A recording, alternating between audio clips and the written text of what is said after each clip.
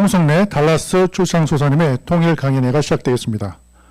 먼저 홍성래 소장님의 양력을 간략하게 소개해 드리겠습니다.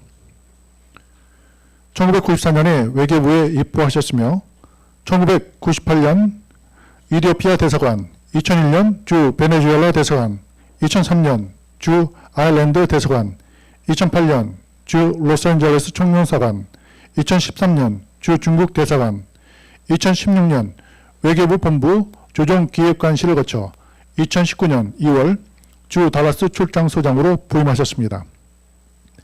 이 시간에는 달라스 한인 동포들을 위해 바쁘게 발로 뛰어다니시는 홍성래 소장님의 한반도 평화 통일로 가는 길이라는 주제의 강연을 듣는 시간을 갖도록 하겠습니다. 환영의 박수로 맞이해 주시기 바랍니다.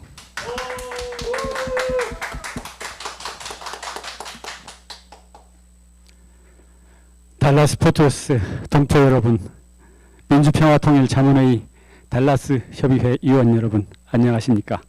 달라스 영사출장소장 홍성래입니다. 비록 화상으로나마 이렇게 뵙게 되어 반갑습니다. 전혀 겪어보지 못한 뜬금없는 코로나로 인해서 어려움들이 많으실 것으로 생각됩니다. 모두 우리 감염 예방 수칙을 철저히 잘 지키고 또 건강관리 잘 하셔서 극복해내야 하겠습니다. 오늘은 우리 유석찬 회장님께서 자문위원 여러분과 같이 하는 시간을 한번 가졌으면 좋겠다는 말씀을 주셔서 이렇게 자리하게 되었습니다. 먼저 우리 한반도 평화와 통일을 위한 달라스 협의회 자문위원 여러분들의 관심과 노력 그리고 열정에 진심으로 감사의 말씀을 드립니다. 특히나 이번 그 한반도 평화기원 영상 공모전에서 우리 달라스 협의회가 1등을 차지했습니다. 그것도 전 세계에서 1등을 차지한 것이지요. 제가 듣기로 아마 국내 9개 총회에서 한 100여 개 이상의 협의회가 이게 응모를 한 것으로 이렇게 들었는데 그 중에서 1등을 차지했다는 것은 정말로 대단한 것이라고 할 수 있겠습니다. 저는 이것이 결코 우연이 아니라고 생각합니다. 우리 달라스 포트워스 동포 여러분, 특히 우리 그 유석찬 회장님을 비롯한 자문위원 여러분, 통일에 대한 관심과 열정이 그대로 반영된 것 아닌가 이렇게 생각합니다. 우리 달라스 동포 사회의 자랑이 아닐 수 없습니다. 다시 한번 이 자리를 빌어서 감사드리고 또 축하드립니다.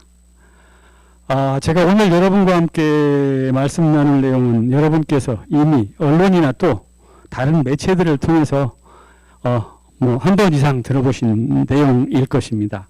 한반도 평화 프로세스입니다. 다시 말씀드리면 한반도 평화 통일로 가는 길이지요.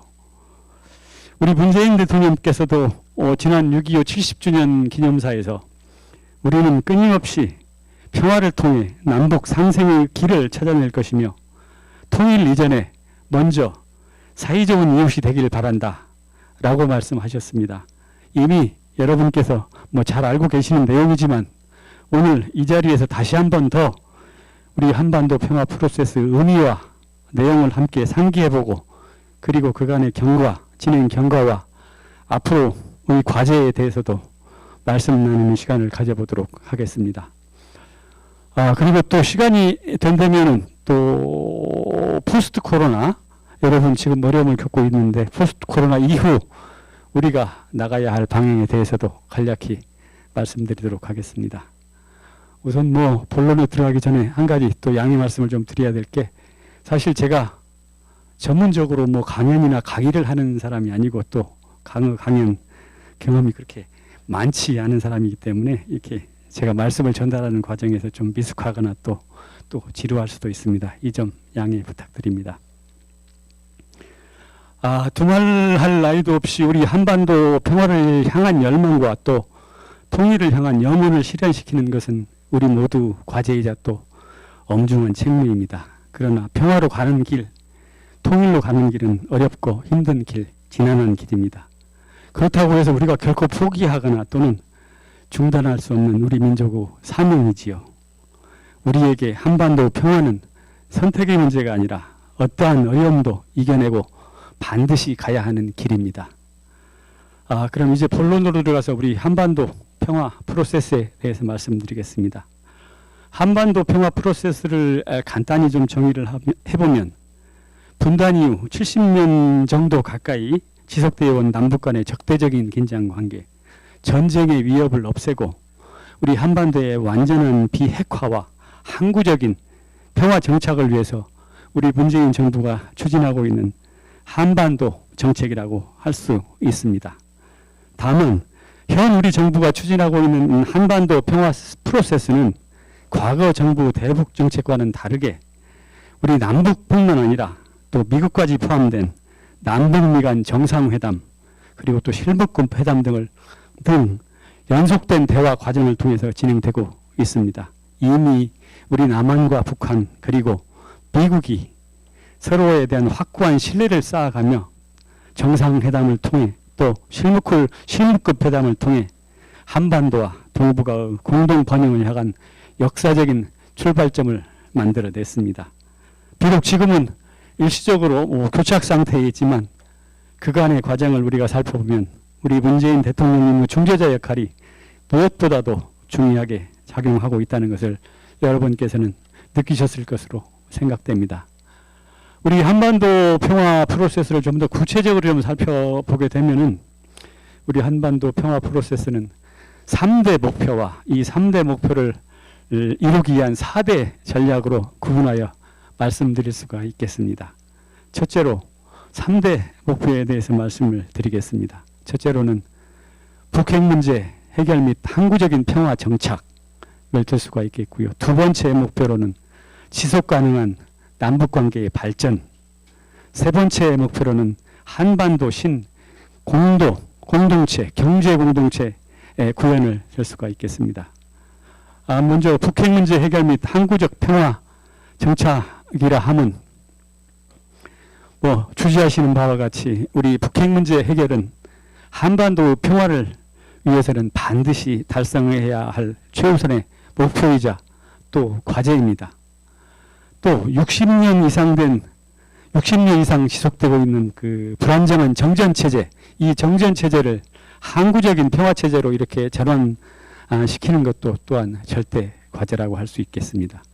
우리 정부가 이를 위해서 국제사회와 협력을 통해 제재와 대화를 병행하고 또 포괄적이고 과감한 접근법을 통해 북핵 문제를 해결하는 데 적극적이고 능동적으로 나서겠다는 말씀입니다. 두 번째 목표인 지속가능한 남북관계 발전에 대해서 말씀드리면 7.4 남북공동성명, 남북기본합의서, 또 6.15 공동선언, 또 14 정상선언 등은 우리 역대 정부가 남북관계 발전을 위해 만들어낸 노력의 결실입니다. 다만 우리 정부가 바뀔 때마다 기존의 약속을 무시하거나 또는 왜곡되는 경우가 있었던 것도 사실입니다. 상호 존중, 또 화해와 협력, 신뢰 증진 등 이러한 남북 간 합의의 기본 정신을 계승하고 발전시켜서 통일 문제와 대북 정책을 둘러싼 우리 사회 내부 갈등을 해소하고 국민적 공감대를 형성해 나가자는 목표입니다. 세 번째 목표인 한반도 신경제공동체 구현이라 함은 중국과 러시아 등 우리 동북아 이웃 국가와의 경제적인 협력 사업을 통해서 남북이 공용하는 하나의 시장을 형성하여 새로운 경제 성장 동력을 창출하고 더불어 잘 사는 남북 경제 공동체를 구축하자는 목표입니다. 말씀드린 대로 3대 목표, 북핵 문제 해결 및 항구적인 평화 정착, 그리고 지속 가능한 남북관계 발전, 한반도 신경제 공동체 구현, 이 세 가지를 3대 목표로 들 수가 있겠습니다. 이어서 이 목표를 이루기 위한 4대 전략에 대해서 말씀드리겠습니다. 첫째로는 이 4대 전략이라 하면 단계적, 포괄적으로 접근하겠다. 그 3대 목표를 이루는데 단계적, 포괄적으로 접근하겠다. 둘째는 남북관계와 북핵 문제를 병행해서 진전하겠다. 셋째로는 제도화를 통한 지속 가능성을 확보하겠다. 넷째로는 호혜적 협력을 통한 평화적 통일 기반을 구축하겠다 전략입니다. 첫째로 단계적 포괄적인 접근이라 함은 북핵 문제를 제재와 압박 그리고 이와 함께 대화를 병행하고 또 단계적으로 접근해서 평화적으로 해결하자는 전략입니다. 대화의 여건이 조성되면 관련국과 긴밀한 공조를 통하여 핵 동결부터 시작해 단계적으로 북한의 완전한 핵 폐기를 추진하게 됩니다. 또한 남북 간의 정치 군사적 신뢰를 구축하고 한반도 평화체제 수립과 북한의 국제사회와의 관계 개선 등을 협의해서 안보 위협을 근본적으로 해소한다는 전략입니다. 두 번째로 남북관계와 북핵 문제 병행 진전 전략이라 하면 북핵 문제 해결과 우리 남북관계의 개선은 선언화 또는 택일할 수 있는 문제가 아니고 또 상호 보완을 통한 선순환 구도 속에서 함께 병행해서 추진하겠다는 전략입니다. 남북 간의 대화와 교류를 통해 기본적인 신뢰 관계를 구축함과 동시에 북핵 문제 해결을 위한 다자회의에서도 우리가 주도적으로 미국과 중국 등 주변국들의 협조를 이끌어내야 하겠습니다. 셋째로 제도화를 통한 지속 가능성 확보 전략입니다. 국민적 합의에 기반을 둔 통일 국민 협약을 추진해 지속 가능하고 일관성 있는 대북 정책 추진 여건을 조성하는 것입니다. 남북 간의 합의를 법제화한 남북 간 기본 협정을 체결해서 정부가 바뀌어도 약속이 지켜지는 남북 관계를 정립한다는 전략입니다. 또한 우리 정부는 관련 당사국들이 직접 참여하는 한반도 평화협정을 체결해서 적대 관계를 평화협력의 관계로 전환하고 또 항구적으로 지속되는 평화를 구축하기 위한 노력도 병행할 예정입니다. 마지막으로 호혜적 협력을 통한 평화적 통일 기반 구축 전략입니다. 남북 간 민간 교류와 협력을 확대하고 이산가족 문제를 우선하여 해결하며 이러한 교류 협력을 통해 민족의 동질성을 회복하여 통일 기반을 구축하자는 전략입니다. 즉 남북 구성원 모두가 합의하는 평화적이고 민주적인 방식의 통일을 지향한다는 말씀입니다. 이상으로 간략하게나마 한반도 평화 프로세스 내용에서 말씀드렸습니다. 정리해서 다시 한번 말씀을 드리게 되면 우리 한반도 평화로 가는 길, 즉 한반도 평화 테스트는 3대 목표 그리고 4대 전략으로 말씀드릴 수가 있겠고 3대 목표는 북핵 문제 해결 및 평화 정착 그리고 지속 가능한 남북관계 발전 그리고 한반도 신경제 공동체 구현을 둘 수 있으며 4대 전략으로는 이 3대 목표를 달성하는데 단계적 포괄적으로 접근하겠다. 남북관계와 북핵 문제를 병행해서 진전하겠다. 제도화를 통한 지속 가능성을 확보하겠다. 호혜적 협력을 통한 평화적인 통일 기반을 구축하겠다는 전략입니다. 이어서는 그러면 우리가 지금까지 추진해 온 노력과 그간의 경과 등에 대해서 말씀을 드리겠습니다. 여러분께서도 잘 아시는 바와 같이 2017년까지는 우리 한반도 상황은 그리 양호하지가 못했습니다. 특히 2017년도에는 거의 충돌 직전까지 갔었죠. 전쟁의 먹구름이 짙어가는 그런 상황이었습니다. 북한의 탄도미사일 발사, 또 제6차 핵실험 강행, 또 DMZ 주변에서 여러 건의 긴장관계 조성 등 북한의 도발이 있었고 또 이에 대응하여 우리 미국 백악관의 또 어떤 그 여러분께서 잘 아시는 화염과 분노의 발언 또 뭐 선제 공격 또 예방전쟁 등 관련한 언급 등 우리 남북과 북미 모두 악화 일로에 있었습니다. 하지만 2017년 우리 문재인 대통령님의 베를린 구상 발표 이후 2018년 평창 올림픽에 북한 대표단의 참가를 이끌어내 한반도의 평화에 새로운 전기를 마련하였습니다. 그해 2018년도에 3차례 이 남북 정상회담이 있었고 또 6월에는 싱가포르에서 최초로 북미 간의 정상회담이 열리기도 하였습니다. 그 후 작년이죠. 2019년 2월 하노이에서는 북미 정상회담이 개최되었으나 아쉽게도 성과 없이 끝났고, 그해 6월 판문점에서 다시 정상회담이 개최되어 일말의 희망을 보이는 듯 했습니다만 계속 이어지지는 못했습니다. 2019년 10월 스톡홀름에서 있었던 북미 실무급 회담에서도 별다른 성과를 보이지 못했습니다. 급기야는 최근에 올해 들어서 대북전단 살포 문제로 개성의 남북 공동 연락 나무서를 폭파하여 남북 간의 긴장 상태가 조성되기도 하였습니다. 김여정이 전면에 나서서 공포의 분위기를 조성했었죠. 말씀드린 대로 이 현재까지 교착 상태가 안타깝게도 지속되고 있습니다. 그간의 정상회담 성과에서 나온 선언과 합의문을 좀 살펴보게 되면 미국과 북한은 큰 틀에서는 한반도 평화와 안정을 위한 비핵화에 합의하고 있습니다. 다만 그 비핵화를 실현한 단계별 조치와 관련해서 입상차를 보이고 있습니다.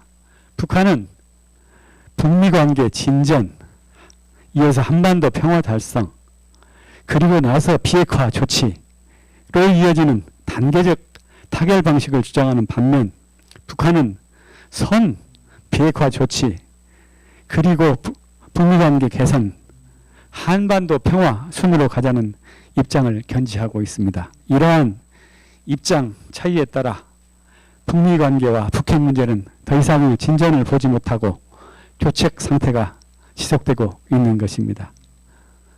이렇듯 북미 대화가 교착 상태에 있고 우리 남북 관계도 또 후퇴까지도 염려되는 현상에서 우리는 남북의 협력과 북미 대화의 성공을 위한 현실적인 방안을 모색할 필요성이 더욱 절실해졌습니다. 우리 정부는 이를 위해 주요국과 긴밀히 소통하고 또 국제사회의 지지를 확보하기 위한 노력을 계속하고 있습니다. 남북 간의 대화와 협력을 통한 상황 타결을 위한 노력도 계속하고 있고요. 물론 미국과도 적극적인 소통과 협의를 통해 긴밀히 공조하고 있습니다. 중국, 일본, 러시아와도 긴밀히 소통, 협의하고 있고요. 2018년 5월 한중일 정상회의에서는 2018년 남북 정상회담에 대한 특별 성명을 채택해서 한반도와 동북아에서의 평화 안정을 위한 공동 노력을 재확인하였습니다. 또한 UN, EU, 아세안 등 주요 국제기구 및 여타 국가들과의 양자, 다자회의와 동방경제포럼, 보아오 포럼 등 국제 행사를 통해서도 우리 정부의 한반도 평화 프로세스에 대한 국제사회의 이해를 제고하고 지지를 확보해 나가고 있습니다. 또한 한미동맹 강화 및 한반도 평화 정착을 위한 노력도 계속되고 있습니다. 2019년 작년 9월 유엔 총회 계기에 우리 문재인 대통령님과 트럼프 대통령은 뉴욕에서 정상회담을 갖고 북한의 대화 재개 의지를 긍정적으로 평가하는 한편 싱가포르 북미 정상회담이 여전히 또 유효하고 한미 양국이 북한과의 관계를 전원에서 70년 가까이 지속된 적대 관계를 종식하고 한반도의 항구적 평화체제 구축을 위한 의지를 재확인하였습니다. 또한 한미 동맹이 우리 한반도와 동북아의 평화 안보 핵심 축으로 추후 흔들림이 없다는 점도 재확인하였습니다. 한미 양국은 한반도와 영내의 다양한 도전에 효과적으로 대처하기 위해 앞으로도 긴밀히 협력해 나갈 것입니다. 우리 정부는 한반도 평화를 우리 생존이 걸린 문제로 인식하고 한반도 비핵화와 한반도 평화 프로세스를 설계하고 주도해 왔습니다. 앞으로도 우리 정부는 국민들의 삶의 평화가 일상화되는 전쟁이 없는 한반도 구현을 위하여 최선을 다할 것입니다. 이어서 앞으로 우리가 추진해야 될 과제에 대해서 몇 가지 말씀드리겠습니다.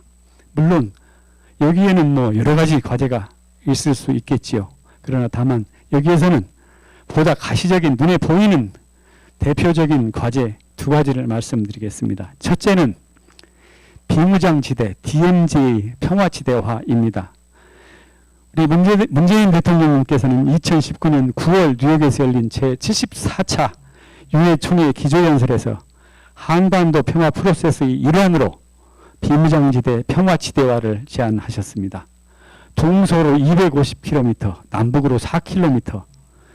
거대한 녹색지대는 70여 년 군사적 대결이 낳은 비극적인 공간이지만 역설적으로 그 기간 동안 사람의 발길이 닿지 않은 자연생태계의 보고로 변모하였습니다.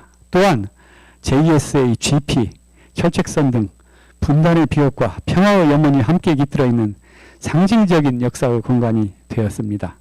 한반도의 허리인 비무장지대가 평화의 지대로 바뀐다면 우리 한반도는 대륙과 해양을 아우르며 평화와 번영을 전도하는 교령 국가로 발전할 수 있고 동북아 및 미국이 함께하는 동아시아 철도 공동체 비전도 현실화될 수 있겠습니다. 둘째로는 2032년 남북 올림픽 남북 공동 개최 추진입니다. 이거는 우리 이 달라스 협의회에서도 적극적으로 지금 노력하고 있는 내용이지요. 우리 문재인 대통령님께서는 2020년 신년사에서 한반도 평화를 위한 인고의 시간이라는 인식을 공유하고 2032년 올림픽 공동 개최를 위해 지속적인 스포츠 교류를 추진할 것을 제시하셨습니다. 2032년 올림픽 남북 공동 개최는 남북 간의 합의는 물론 국제올림픽위원회 IOC에도 이미 공동 개최 추진 의사를 전달해 놓은 상태로 이는 국제사회의 약속이기도 합니다.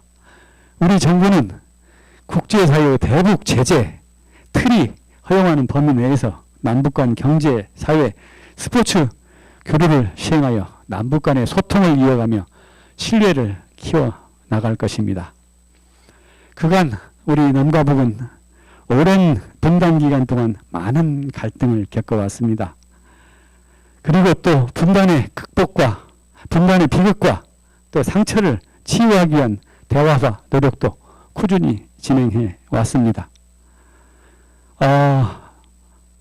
1953년 휴전 이후 아마 남북대화가 본격적으로 시작된 게 1971년이지요. 1972년부터 2019년 12월까지 남북 당국이 공식적으로 만난 횟수만 해도 660여 회가 넘는다고 합니다. 2017년까지 암울한 상황에서 벗어나 그간 적지 않은 진전도 있었지만 현재 기대만큼의 북미 관계와 남북 관계의 진전이 이루어지지 못하고 있는 것도 사실입니다. 하지만 우리가 직면한 불편하고 어려운 문제들은 소통과 협력으로 풀어나가야 할 것입니다. 반목과 오해가 평화와 공존을 향한 우리의 노력을 가로막게 두어서는 안 될 것입니다. 우리 민족의 화해와 한반도 평화 그리고 통일은 그저 막연한 꿈이 아닙니다. 우리에게 있어 평화는 경제이고 일자리이며 우리의 생명입니다. 하지만 평화는 하루아침에 오지 않고 누가 대신 가져다 주지도 않습니다. 어려울수록 작은 일부터 또 가능한 일부터 시작하고 우리의 운명을 우리 스스로 개척해 나가야 할 것입니다. 서두에서도 말씀드린 대로 우리 한반도의 평화는 우리에게 선택의 문제가 아니라 반드시 가야 하는 길입니다. 우리 한반도의 평화와 번영을 이루고 새 시대를 열어갈 수 있도록 달라스 우리 포트워스 동포 여러분 그리고 자문위원 여러분들께서 마음과 지혜를 모아주시기 부탁드립니다. 이상으로 한반도 평화통일로 가는 길 한반도 평화 프로세스라는 주제로 두서없이 말씀드렸습니다. 사실 제가 당초 준비한 것은 여기까지인데요. 시간이 조금만 허락한다면은 우리 코로나 팬데믹 이후 우리가 나가야 할 방향에 대해서 간략하게나마 말씀을 좀 드리고 싶은데 그렇게 하겠습니다. 여러분 말씀드린 대로 코로나19로 인해서 너무 어려움이 나눌 것으로 생각됩니다. 코로나19, 코로나 바이러스 일곱 번째 변형이라고 합니다. 사스나 또 메르스 등도 코로나 바이러스 계열이라고 하죠. 바이러스가 우리 감염병이 우리 인류에게 영향을 미친 사례는 여러 번 있었습니다. 그러나 우리 코로나19와 같이 전례가 무색하고 또 앞으로 미래를 가늠하기조차 어려울 만큼 전 세계에 많은 영향을 미친 경우는 전에는 없었습니다. 그럼 코로나19가 우리 사회에 어떠한 영향을 미쳤는지를 알아보기 위해서는 먼저 코로나19가 발생한 시점에, 즉 작년 말, 금년 초 우리 국제사회의 상황이 어떠했는지를 먼저 살펴볼 필요가 있겠습니다. 한마디로 말씀을 드리면 2차 세계대전 이후 20세기 그리고 21세기를 풍미했던 세계화를 기반으로 하는 자유주의 국제질서가 급속히 힘을 잃고 흔들리고 있었다는 점입니다. 여러분 잘 아시다시피 여러 국가에서 권위주의적인 스트롱맨들이 등장했습니다. 트럼프, 시진핑, 푸틴, 아베 등이 등장했지요. 이 권위주의적인 스트롱맨들이 등장함으로 인해서 시민사회의 힘이 약화되었고 어떻게 보면 실질적인 민주주의가 일견 후퇴를 거듭했다고 볼 수도 있겠습니다. 또한 자본주의 경제체제의 모순이 드러나기도 했지요. 시장경제가 극도화, 또 세계 자유주의 무역이 극대화됨으로 인해서 어떤 이런 우리 경제의 번영, 기업의 이윤 등이 극대화되는 경제의 번영은 이루었으나 그 번영의 과실이 분배되는 과정에 있어서 또 불공정한 면이 있었고 또 그러다 보니 중산층이 또 몰락하고 빈부격차가 심화되는 면도 나타났습니다. 또 하나 국제정치가 많이 불안정해졌다는 점이죠. 특히나 미중 간의 전략 경쟁이 심화됐고 갈등이 고조되고 있었다는 점입니다. 미국이 글로벌 리더십을 포기하고 잘 아시는 바대로 자국 우선주의를 주창했고 중국이 또 경제적으로 급속히 부상해서 또 지역 패권주의를 주장을 했고 또 영국 등도 또 잘 아시는 바와 같이 블랙시트라고 해서 EU를 탈퇴하면서 자국 우선주의를 주장하는 등 국제정치가 조금 불안정한 면이 있었습니다. 그러면 이런 국제정치 상황 하에서 우리 코로나 팬데믹은 어떻게 영향을 미쳤냐? 한마디로 말씀을 드리면 이러한 2차 세계대전 이후 자유주의 국제질서 위기를 더욱 폭발적으로 가속화시켰다고 할 수가 있겠습니다. 어떻게 보면 감염병이라고 하면은 국경이 있을 수가 없기 때문에 사실은 국가 간의 협력이 더욱 절실하고 또 유엔이나 WHO 등 국제기구 역할이 더욱더 중요할 텐데 코로나가 나타난 이후 어떤 국제사회의 어떤 각 국가들이 조치한 내용을 살펴보면 역으로 각 국가들이 국경을 봉쇄하고 각자 이렇게 도생을 추구했습니다. 그러다 보니까 어떻게 보면 글로벌 협력이나 가치 사슬이 위기를 오히려 직면하게 된 면이 있었고 이러다 보니 또 세계화 이후 이렇게 어떻게 보면은 자유주의 무역이 이렇게 활발하게 진행됨에 따라서 국가라는 의미가 일견 퇴색해진 면도 있는데 이런 그 국가를 소환한 면도 우리 코로나 팬데믹이 국가를 소환한 면도 있습니다. 국가가 별로 이렇게 문을 잠그고 각자 도생을 추구를 했고 또 방역을 이유로 또 시민의 삶을 이렇게 통제하는 면도 있었습니다. 우리나라는 다르지만 어떻게 보면 개인의 자유와 민주주의를 위협할 개연성도 일견 확대된 면도 있습니다. 또 여러분 요새 많이 회자되는 내용이 뉴노멀이라는 얘기인데요. 뉴노멀이 본격화될 거라는 예상도 전문가들 사이에서는 나오고 있습니다. 이 뉴노멀이라는 의미가 뭐 여러분 아시는 바와 같이 비정상의 어떤 그 위기 국면을 극복하고 정상 체제로 이렇게 돌아간다는 의미도 포함하고 있지만, 또 하나 비정상적인 현상이 장기간 이렇게 지속되면서 다시는 정상으로 돌아가지 않을 수도 있다는 의미도 내포하고 있다고 전문가들은 말씀하고 있습니다. 비록 이 코로나19가 종식될 수도 있지만은 또 다른 코로나가 나타나서 우리 인류에게 어려움을 줄 수도 있다는 말씀입니다. 즉, 포스트 코로나가 아니고 미드 코로나와 계속 함께 살 수 있는 세상이 될 수도 있다는 얘기죠. 전문가들은 이렇게 전망하는 분들도 있습니다. 또 하나, 코로나는 앞서 말씀드린 대로 미중 간의 전략 경쟁을 더욱 심화시키고 또 갈등을 고조시켰습니다.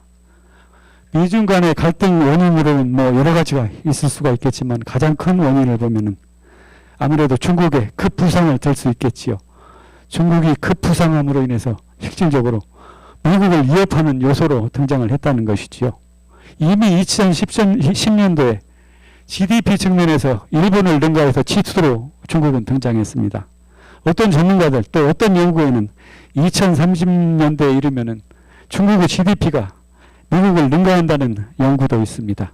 이러한 중국의 급부상, 그리고 중국이 급부상하면서 동아시아를 중심으로 추구하고 있는 패권주의, 이러한 것들이 미중 간의 근본적인 전략 경쟁과 갈등의 원인으로 작용하고 있습니다. 최근에는 말씀드린 대로 이 코로나가 발생하면서 코로나 팬데믹에 대한 책임 분쟁, 블레임 게임이라고 하지요. 블레임 게임으로 인해서 갈등이 더욱더 심화되고 있습니다. 그거는 이제 미중 간의 갈등을 간단히 살펴보면은 미중 간의 관세 전쟁도 있을 수가 있겠고요. 또 홍콩 보안법이 통과되고 또 이에 대해서 또 미국의 홍콩에 대한 특별 지위를 철회한 것도 있고요. 말씀드린 대로 코로나 팬데믹에 대한 블레임 게임도 있었고요. 가장 최근에는 우리 바로 이웃인 휴스턴 주재 중국 총영사관을 폐쇄했지요. 또 이에 대한 대응으로 중국에서는 청두 총영사관을 폐쇄했고요. 전문가들은 아마 당분간 미중 간의 전략 경쟁과 갈등은 계속될 것으로 전망됩니다. 그 원인은 앞으로 금년도 11월에 있을 미국 대선도 있을 수가 있겠고요. 또 다른 여러 원인도 있겠지요. 코로나는 말씀드린 대로 이와 같이 그 미중 간의 전략 경쟁과 갈등도 더욱 심화시켰습니다. 또한 자유주의로 인한 그 국제 질서 위기 가속화도 더욱더 또 가속화시켰습니다. 이러한 상황에서 우리가 나가야 할 방향은 무엇인지, 대안과 또 전략은 무엇인지 간단하게 말씀을 드리겠습니다. 첫째로 개방성, 투명성, 민주성으로 이미 전 세계에서 코로나 방역의 모범적인 모델로 평가받고 있는 K-방역을 국제사회와 공유하고 방역에 어려움을 겪고 있는 개발도상국에 실질적인 도움을 제공하여 우리의 국제적인 위상을 강화할 필요가 있겠습니다. 또한 둘째로는 좀 전에 말씀드린 대로 미국 우선주의, 또 국가별로 각자도생 등으로 글로벌 가치사들이 일정 부분 퇴조한 상황에서 그럼에도 불구하고 세계화 추진으로 인해서 국제사회는 국가만의 독자적으로 생존할 수는 없습니다. 일정 부분 국제사회, 국가 간 협력이 필요한 것도 사실입니다. 그런 의미에서 지금 G2, 중국과 미국의 글로벌 리더십을 포기하고 경쟁을 하고 있는 상황에서 그 G2 공백을 상쇄하기 위해서는 우리와 입장을 같이 하고 있는 국가들, 즉 프랑스나 독일, 캐나다 등과 제3의 지대를 구축해서 각자 도생의 단절과 고립 속에서 또 가치와 협력에 필요한 부분에 공간을 창출해서 국제 협력을 이루어 나가는데 우리의 역할과 또 위상을 제고하자는 것입니다. 그리고 무엇보다도 중요하고 절실한 것은 우리 한반도 평화 프로세스를 진전시키는 것이라고 할 수가 있겠지요. 코로나 팬데믹 상황 하에서 미중 갈등의 최전선인 우리 한반도 그리고 동북아시아는 우리에게 가장 어려운 당면 과제입니다. 대미 편승 외교로만은 우리 한반도와 동북아에서 이해관계자로서의 역할을 충분히 수행할 수가 없고 또 미중의 일방 이익에 종속되거나 또는 반대로 효용성을 상실하여 양쪽으로부터 소외될 가능성이 다대합니다. 근거 없는 북한 붕괴론을 내세워서 대화를 거부하고 대북 제재에 올인하는 전략보다는 남북관계 진전을 통하여 미중 패권 갈등 체제를 약화함으로써 우리의 외교적 주도권을 조금이라도 높이는 것이 우리에게 이익이 될 것입니다. 남북이 대결적 구도로 갈 경우 자유주의 국제 질서의 후퇴세에 나타난 미중 갈등과 동북아의 영내국들의 배타적인 민족주의가 충돌하는 중심이 우리 한반도, 우리 동북아가 될 수가 있습니다. 결론적으로 말씀을 드리면 우리 한반도의 평화 프로세스는 물론이고 또 잠시의 멈춤도 허용할 수 없는 절대 과제이며 이 한반도 평화 프로세스의 상황을 진척시키지 않으면 우리가 져야 할 짐은 나날이 늘어날 것입니다. 우리 모두 한반도의 항구적인 평화 체제를 구축하고 또 새 시대를 열어갈 수 있도록 우리 모두 마음과 지혜를 모아야 할 때입니다. 이상으로 제가 오늘 드릴 말씀은 다 드린 것 같습니다. 두서없는 말씀 이렇게 들어주셔서 감사합니다. 혹여나 오늘 제가 드린 말씀 중에서 궁금하시거나 또는 혹시 질문이 있으시면은 말씀해 주시면은 제가 대답해 드리겠습니다. 네, 화면 좀 잠시 보여주시고요. 궁금한 사항이나 질문 있으면은 질의하여 주시기 바랍니다. 질문이 있으신 분은 손을 들어 주시기 바랍니다. 예.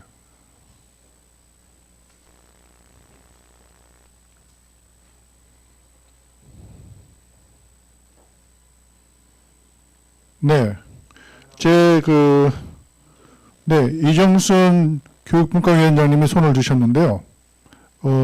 네, 마이크를 켜셔야 됩니다.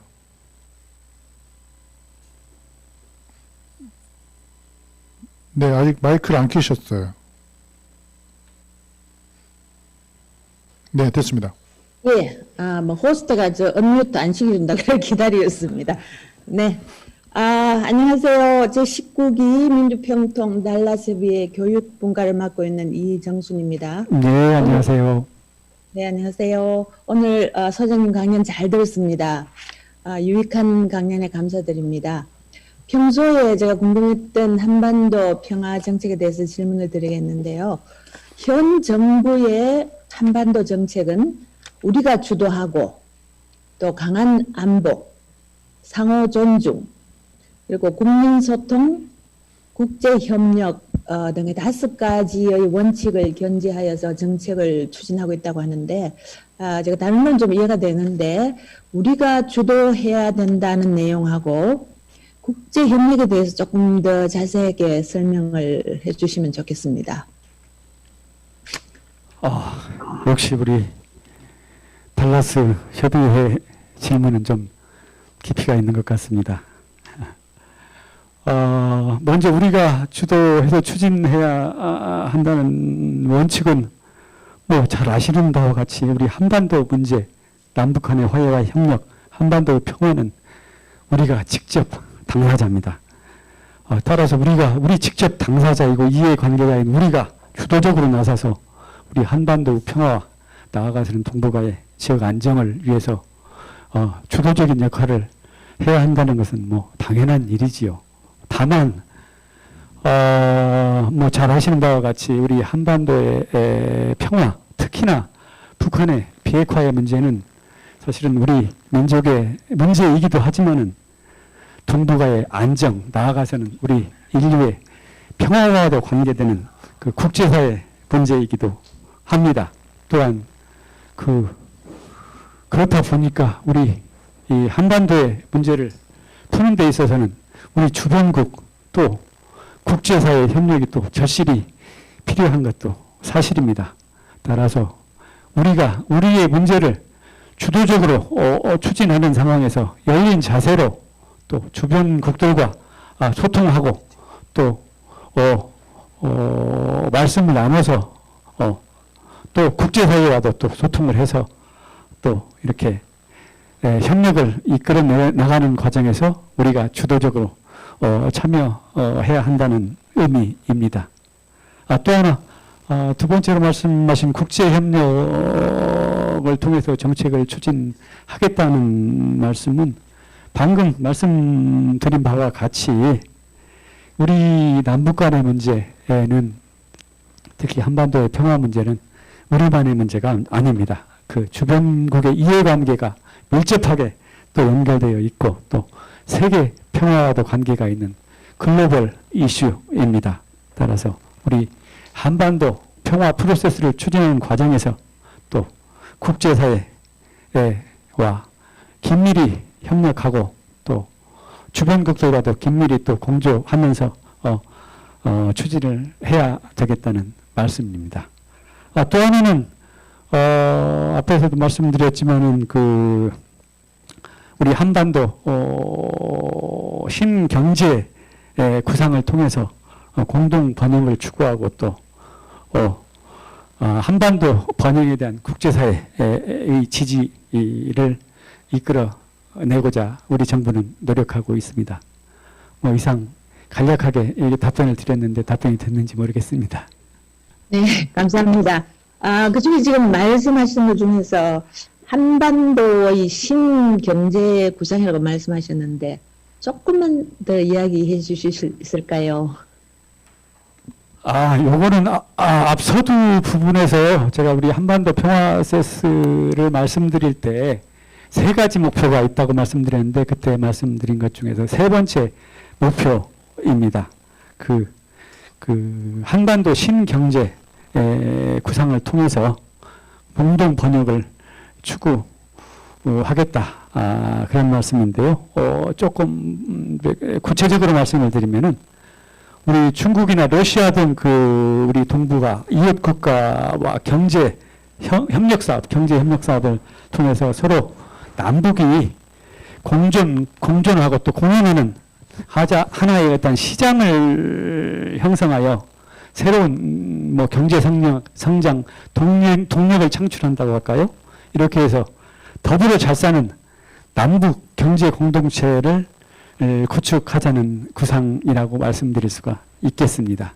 감사합니다. 네, 홍성래 소장님 수고 많으셨습니다. 오늘 달라스협의회 자문위원들과 지역 동포 여러분들에게 한반도의 평화와 통일로 가는 길을 제시해 주신 홍성래 소장님께 수고와 감사의 큰 박수를 부탁드립니다. 감사합니다. 투성님 말씀 들어주셔서 다시 한번 감사드립니다. 이것으로 평화통일 강연회를 모두 마치겠습니다. 함께해 주신 모든 분들께 감사합니다. 수고하셨습니다.